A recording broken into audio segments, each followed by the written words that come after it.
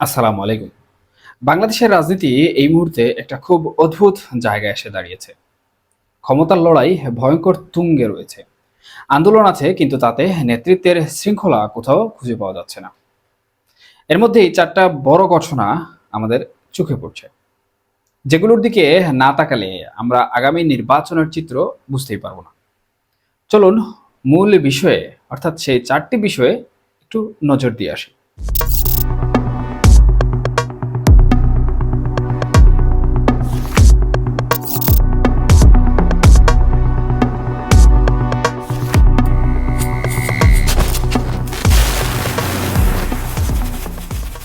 প্রথম বিষয়টি হলো জামাত ইসলামী। এতদিন ধরে নিষিদ্ধের কাছাকাছি অবস্থানে থাকা জামাত এখন রাজনীতিতে বেশ সক্রিয়।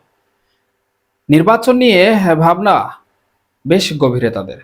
নির্বাচন নিয়ে নানা ধরনের চিন্তার পাশাপাশি তারা চায় পিআর পদ্ধতিতে জাতীয় সংসদ নির্বাচন, অর্থাৎ প্রতীক বরাদ্দ নয়, দলভিত্তিক ভোটে পার্লামেন্টে যাওয়ার সুযোগ।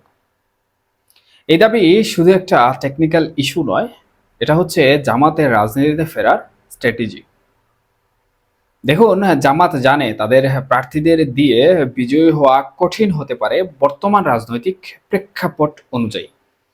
কিন্তু প্রপোর্শনাল রিপ্রেজেন্টেশন বা পিআর পদ্ধতিতে যদি ৫% ভোটও পড়ে, তবে তারা পার্লামেন্টে সিট পাবে। সরকার গঠনের ক্ষেত্রে হবে পাওয়ার ব্রোকার।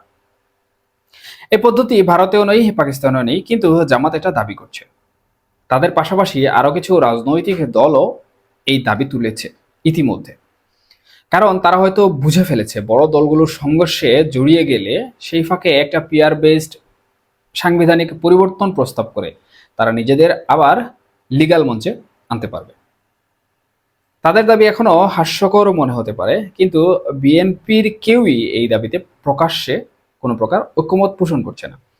কারণ সবাই এখন অ্যালায়েন্স খুঁজছে, এবং পিআর হলে ছোট্ট দলগুলো গুরুত্বপূর্ণ হয়ে যায়।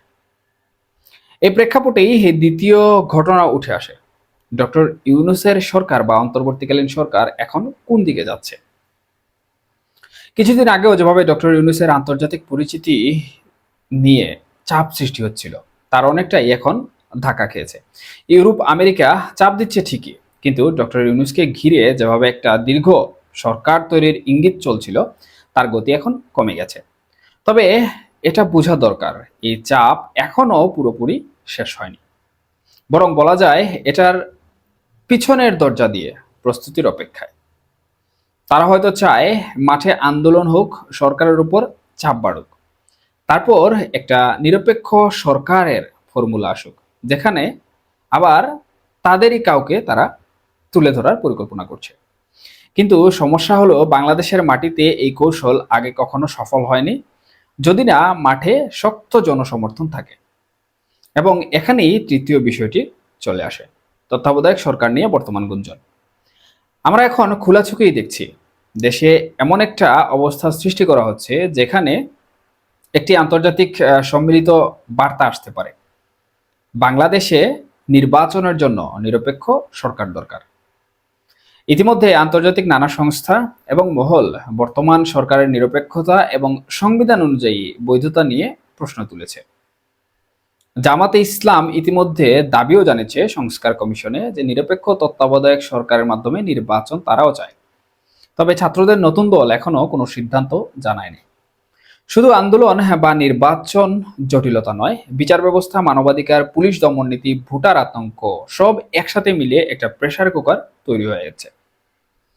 এবং এখানে দুই রকম চিন্তা চলছে।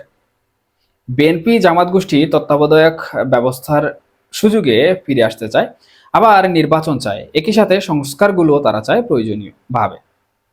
আওয়ামী লীগ চায় নির্বাচনে আসতে, তারা আন্তর্জাতিক পক্ষগুলোর সাথে আলাপ আলোচনা চলমান রেখেছে।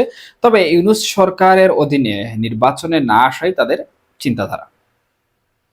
এই দ্বন্দ্বের মাঝেই আমরা একটা ইন্টারেস্টিং ডেভেলপমেন্ট দেখতে পাচ্ছি। সেটা হচ্ছে নিরপেক্ষ তত্ত্বাবধায়ক সরকার বা নিরপেক্ষ অবস্থায় নির্বাচন। আন্তর্জাতিক চাপের মধ্যে ভারত তার সুবিধার জন্য সবথেকে বেশি সক্রিয়। ভারত এখনো প্রকাশ্যে কিছু বলছে না, কিন্তু ভেতরে ভেতরে তারা আওয়ামী লীগকে নতুনভাবে প্রস্তুত করছে। এই প্রস্তুতির নাম হচ্ছে স্টেবিলিটি কার্ড। ভারত এখন চায় বাংলাদেশে এমন কোনো সরকার আসুক যারা স্থায়ী হবে, ভারত বান্ধব হবে এবং চীনের দিকে হেলে পড়বে না। এর জন্যই আমরা দেখছি আওয়ামী লীগ এখন অনেকটাই মিডিয়াতে কম, কিন্তু আন্তর্জাতিক কূটনৈতিক মহলে বেশি সক্রিয়। নয়াদিল্লিতে বিভিন্ন ফোরামে আওয়ামী লীগের মুখপাত্রদের অংশগ্রহণ, ভারতের গোয়েন্দা মহলের নতুন মুভমেন্ট, এমনকি ব্যবসায়ী মহলের লবিং, সবকিছু এখন প্রস্তুতির মতোই চলছে। এর মানে কি? এটার মানে ভারত হয়তো আগামী সরকারের নীলনকশায় আওয়ামী লীগকে রেখেই হিসাব নিকাশ করছে।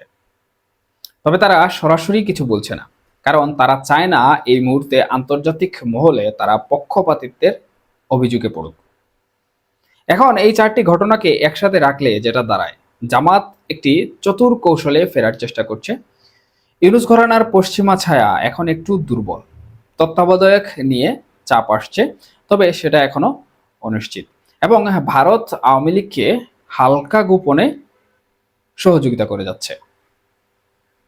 এই চারটি লাইনের ইন্টারেকশন পয়েন্ট হচ্ছে কে কাকে আগে ব্যাকফুটে ফেলতে পারে, শান্তভাবে, কোনো প্রকার সংঘর্ষ ছাড়া।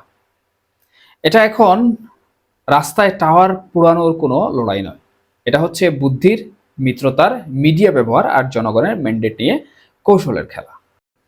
আমি ব্যক্তিগতভাবে মনে করি, যদি আওয়ামী লীগ এই মুহূর্তে অতিরিক্ত প্রতিক্রিয়ায় না যায়, নিজেকে স্থির, সংবিধানসম্মত এবং কৌশলী হিসাবে উপস্থাপন করে, তবে আন্তর্জাতিক মহলের কাছে তারা একটি পজিশন নিতে পারবে, এবং সেটা বর্তমানে তারা নিচ্ছে। ইতিমধ্যে আওয়ামী লীগের বিভিন্ন বিষয়ে পজিটিভ বার্তা আন্তর্জাতিক মহল থেকে আসতেও কিন্তু শোনা গেছে। অপরদিকে বিএনপি যদি শৃঙ্খলার অভাব দেখায়, জামাত যদি জনগণের মনে জায়গা করে নিতে না পারে, তবে সেটা তাদের জন্য নির্বাচনীভাবে ক্ষতিকর হবে। সবশেষে যেটা এখন সবচেয়ে গুরুত্বপূর্ণ, সেটা হচ্ছে মানুষ এখন খুঁজছে শান্তি, নেতৃত্ব আর স্থিতিশীলতা। কে সেই বার্তা দিতে পারবে, সেই আগামী বাংলাদেশ গঠনের চাবিকাঠি হাতে পাবে। এক্ষেত্রে আওয়ামী লীগকে নির্বাচনে আসার সুযোগ দেওয়াটা অনেকটাই মুখ্য ভূমিকা পালন করতে পারে। না হলে আওয়ামী লীগ একতরফাভাবে ক্ষমতায় না গেলেও জনগণের কাছে গ্রহণযোগ্যতা ফিরিয়ে নিতে সক্ষম হবে। আপনার কি মনে হয়, জামাতের পিআর দাবিতে আওয়ামী লীগ কি গোপনে খুশি? ইউনূস ঘরানার সুযোগ শেষ?